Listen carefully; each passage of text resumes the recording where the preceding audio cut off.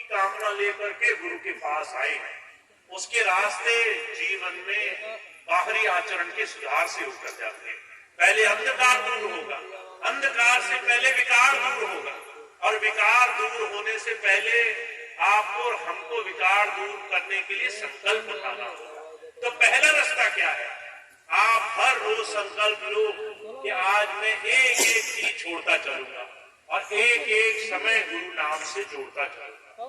तो स्वामी जी महाराज इस बात को समझा रहे हैं, और आज हम सब लोग जो स्वामी जी को अपना सब कुछ मानते हैं, हमारे जीवन का ये लक्ष्य होना चाहिए कि हम अपने इस बेशकीमती जीवन को सार्थक करें। इसका ज्यादा से ज्यादा समय गुरु भक्ति में लगाएं, ज्यादा से ज्यादा समय गुरु की बात का आचरण करें। तो आप अगर ये काम करेंगे, अगर इस दिशा में बढ़ेंगे, तो आपको वो दया महर प्राप्त होगी, वो आपके जीवन में गुरु कृपा नजर आएगी, जिसको आप देख करके हैरान रह जाएंगे कि हम अपने जीवन में सिर्फ सोचते हैं, हम सिर्फ एक क्षण ख्याल करते हैं, और गुरु वो प्रभु सत्ता हमारे सारे काम करने के लिए पहले से पहले राजी रहती है। तो ऐसा सुखमय जीवन आपका हो, ऐसे आपके जीवन में गुरु की दया से समृद्धि हो, ऐसी कृपा गुरु जी की बरसे आप पर, और उसके लिए ऐसा संकल्प आप उठाएं। इतनी बात कह करके मैं अपनी बात समाप्त करूंगा कि हमारे जीवन में गुरु की बात, गुरु के वचन हमारे जीवन का सबसे बड़ा आधार हो, और इस दिशा में हम बढ़े ताकि हमें ज्यादा से ज्यादा लाभ हो सके।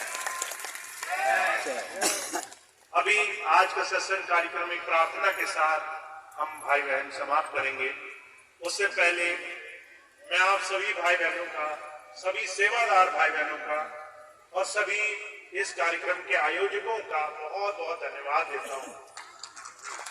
आज आप सभी को एकजुट करने में और एक साथ फिर से गुरु की याद के साथ जोड़ने में सबका बहुत बहुत योगदान है। आपके क्षेत्र में सत्संग, गुरु चर्चा, गुरु की याद फिर से ये अलग जगाई जाए, ताकि गांव-गांव में, घर-घर में गुरु के नाम, गुरु की याद का ये महामंत्र गूंजे।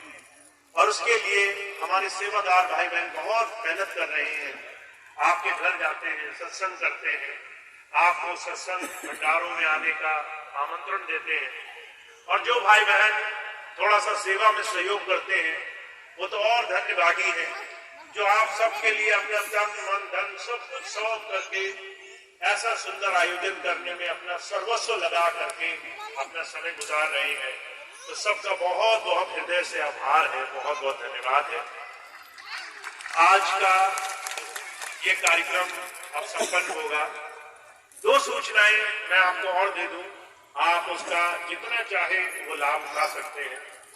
सबसे पहली चीज तो आप देखते हैं कि जब भी हमारा सत्संग या कार्यक्रम होता है तो आपके क्षेत्र के गणमान्य व्यक्ति वहां आते हैं, विधायक हो, सांसद हो, बड़े बड़े नेता हो, वो आते हैं इस कामना को लेकर के कि उनको गुरु का आशीर्वाद मिले।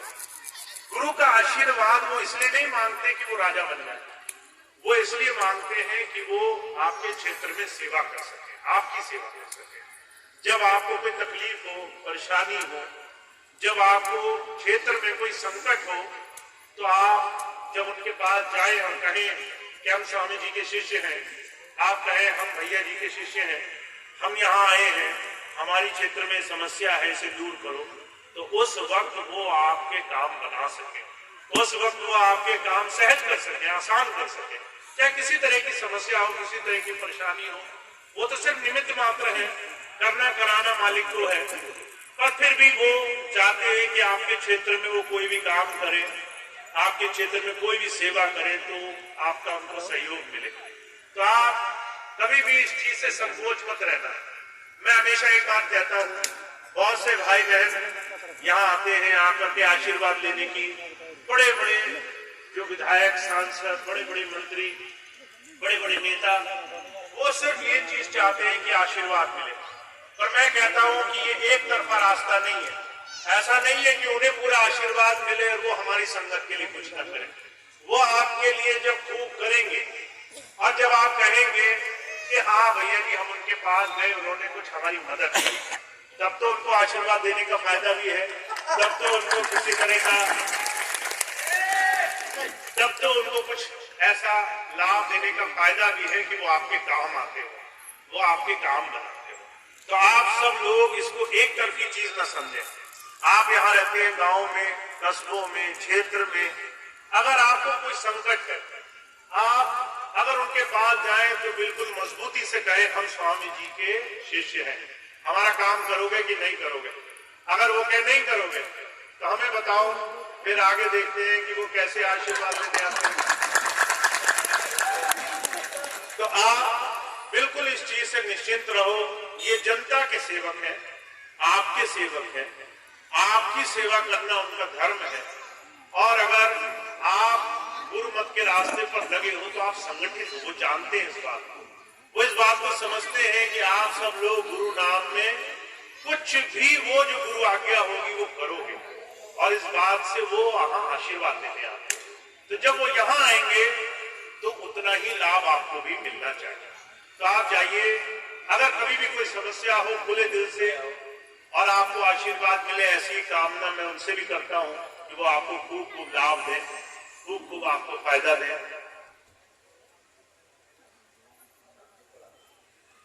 एक खास सूचना और है, जो दूसरी सूचना है वो ये, स्वामी जी महाराज के समय में जेंट्स इंटरनेशनल नाम की एक संस्था थी जो मानव सेवा के लिए समर्पित थी।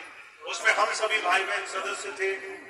सदस्य होकर के हम समर्पित सेवा के माध्यम से, सामान्य सेवा के माध्यम से तरह तरह से कोशिश करते थे, जनता की, मानव की सेवा में लगे थे। सभी भाई बहन 2 मिनट शांत हो जाएं, सारी बात सुन लें। तो आप सभी लोग जो स्वामी जी के साथ गुरु भक्ति में लगे हैं, वो कैसे मानव की सेवा में लगे, इसके लिए स्वामी जी ने एक बड़ा सुंदर प्लेटफॉर्म दिया था। पर कुछ समय पहले जब मैं यहाँ नहीं था तो वो प्लेटफॉर्म समाप्त हो गया, और उस दौरान बहुत सारे लोग बिखर गए, सेवा के बड़े बड़े अनुष्ठान फीके पड़ गए। तो इस चीज को संभालने के लिए दोबारा से एक समिति का आयोजन किया गया है, दिव्यानंद योग साधना समिति। इस समिति का गठन हो गया है। अगले वर्ष 2024 से ये समिति आपके क्षेत्रों में, आपके जनपद में, आपके क्षेत्र में ज्यादा से ज्यादा सेवा के कार्यों में लगेगी। अब इस सेवा कार्यों में आप सभी भाई बहन जुड़ करके इस गुरु परिवार का हिस्सा बन सकते हैं। इसका हिस्सा बनने के लिए आपको क्या करना पड़ेगा? आपको इस समिति का सदस्य बनना पड़ेगा। तो आप इस समिति के सदस्य जब बन जाएंगे तो बहुत से लोग जो समर्पित सेवादार हैं अभी भी, वो इस समिति का हिस्सा अपने आप बन जाएंगे, और इस समिति का हिस्सा बन करके वो सभी भाई बहन सेवा के अनुष्ठान में अपना सहयोग, अपना योगदान देंगे। तो ये अगले वर्ष से इस समिति का आपके सामने दोबारा से आपके सामने पदार्पण होगा। जो भाई बहन सदस्य बनते हैं, साधारण सदस्य, समर्पित सदस्य, वो अगले वर्ष से यहाँ पर बुद्धूलाल जी हैं, रामपाल वर्मा जी हैं, दूसरे जितने भी प्रेसिडेंट हैं, उनके माध्यम से सदस्य बनेंगे, लाभ उठाएंगे, और ज्यादा से ज्यादा इस संस्था के साथ जुड़ करके एक संगठन, एक मजबूती के साथ जीवन में इस सच्ची दिशा में आगे बढ़ेंगे। तो ये 2 सूचनाएं थी, मैंने आपके सामने रखी। अब इतनी बात कह के मैं अपनी बात समाप्त करता हूँ। इसी बीच में हमारे पूर्व विधायक जी यहाँ मौजूद हैं। मैं अनुरोध करूंगा हमारे मंच संचालक महोदय को, उनका स्वागत करेंगे, और उसके बाद एक प्रार्थना होगी, उसके बाद ही आज का कार्यक्रम समाप्त होगा। बोलो भैया जी महाराज की, बोलो स्वामी जी महाराज की, बोलो हुजूर कृपाल सिंह जी महाराज की। 2 मिनट बैठे रहेंगे। अभी हमारे बीच में पूर्व विधायक श्री रोशनलाल वर्मा जी पधारे हुए हैं। मैं अपने डीजी बीसलपुर श्री रामपाल वर्मा जी से निवेदन करूंगा कि वो माल्यार्पण कर पूर्व विधायक जी का स्वागत करें।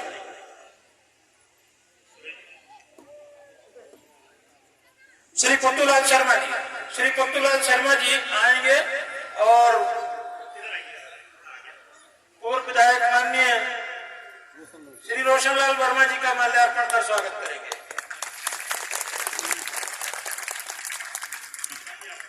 श्री रामपाल वर्मा जी, धन्यवाद। इस मौके पर आपका हार्दिक स्वागत एवं अभिनंदन है। माननीय विधायक जी दो शब्द कहना चाहेंगे तो श्री रविंदर शर्मा और श्री मुनेश जायसवाल जी संयुक्त रूप से माननीय विधायक जी का स्वागत करते हैं।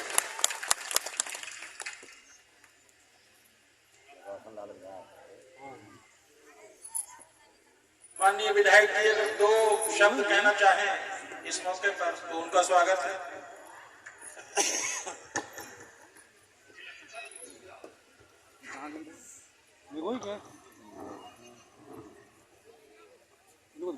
सर्वप्रथम पूज्य गुरु महाराज जी को मैं प्रणाम करता हूं और जितनी भी यहाँ पर संगत बैठी है, माताएं बहनें, हमारे पिता के बुजुर्ग, सभी को प्रणाम करता हूं।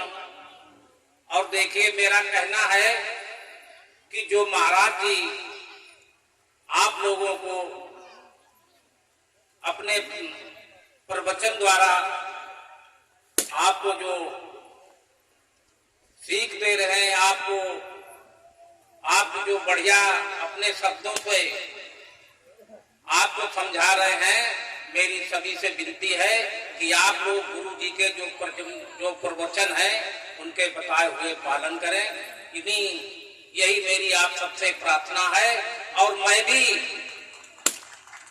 गुरु जी से आज हम समझते पहली बार मिला हूं, मुझे बहुत प्रसन्नता है और मैं भी गुरु जी से जुड़ना चाहता हूं। गुरु जी से प्रार्थना है कि हमें भी अपनी संगत में जोड़ने की कृपा करें। इन्हीं बातों के साथ मैं अपनी वाणी को विराम देता हूं। बहुत बहुत धन्यवाद। धन्यवाद। अगर आप ये सौभाग्य चाहते हैं माननीय विधायक जी, तो नामदान दीक्षा का प्रोग्राम भी आज अभी थोड़ी देर में होगा, तो आपका स्वागत है। अभी ये प्रार्थना होगी, कुछ 2-3 सत्संग की सूचनाएं हैं वो सुन लें। 28 तारीख को कल पीलीभीत डेरे पर सत्संग होगा। 29 तारीख को परसों मणिनाथ आश्रम बरेली में सत्संग का आयोजन है। 30 तारीख में कटैया आत्माराम जो नवाबगंज क्षेत्र में, वहां भैया जी महाराज पहुंच रहे हैं। और 31 तारीख को सितारगंज, किच्छा सितारगंज, वहां सत्संग का आयोजन होगा। 1 तारीख को फरीदपुर के पास